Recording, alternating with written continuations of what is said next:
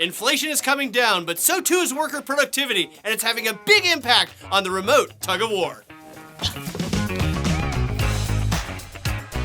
Consumer inflation numbers came out this week, and it turns out that the U.S. economy has 4.9% inflation year over year. This is about half of what it was last year, but it's still higher than is healthy for an economy. While this week's inflation numbers have many people breathing a sigh of relief, small business owners are telling us otherwise. They remain worried about the increased competition for good talent and resulting ongoing wage inflation that's happening from that tight labor market. You can read more about this at our blog, which is blog.redballoon.work. Inflation isn't the only thing trending down, so is worker productivity. According to a study by the Bureau of Labor Statistics, worker productivity dropped another 2.7% in the first quarter of this year. And that's a decline after 1.7% last year. That's the largest annual decrease in 50 years. This is a real problem. And as I explained on Fox Business, that dynamic is causing quite a tug of war between employers and employees on this remote work issue.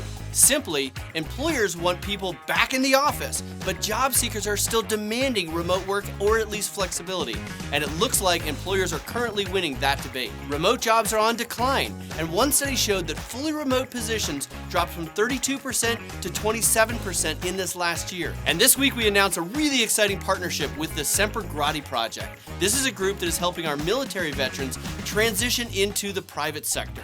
And why I love this partnership is because many of these men and women have worked very hard to protect our freedom. Many veterans struggle with life after service, so placing them in a good job where they can be free is essential to a prosperous next chapter of their career. You can read more about our partnership with the Semper Grati Project in our newsroom section of our website. And finally, keep out an eye for this next week. And finally, keep out an eye. That's not how it's usually said. Around the corner.